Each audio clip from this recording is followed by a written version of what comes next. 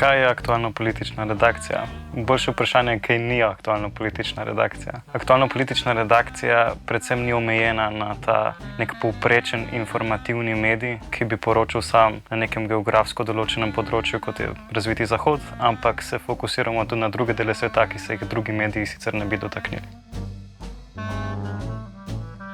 Znanstvena redakcija smo študentke in študenti naravoslovnih in tehniških smeri.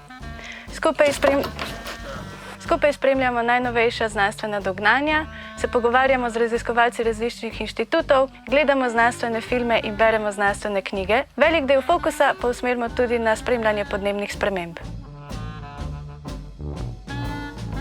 Kot to pove že ime, je glasbena redakcija tisti del Radio Študent, ki se ukvarja z muziko. Predvidevam, da sami izbirate svojo radijsko postajo ravno pod tisti muziki, ki jo predvajajo. Tu boste imeli možnost pisati recenzije albumov, hodili boste na koncerte in pisali v njih, ter ustvarili tudi kakšne daljše oddaje po svoji izbiri. Vse to pa boste počeli v Pul kolektivu.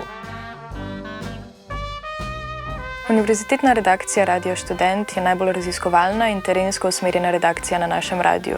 Zanimajo nas predvsem tematike, ki se tičejo sohrani šolstva, osredotočamo se pa predvsem na univerzo in pa na študentsko organiziranje. S svojim delom poskušamo obelodanjati stiske študentstva in pa pritiskati na odločevalce, naj glede tega nekaj postorijo.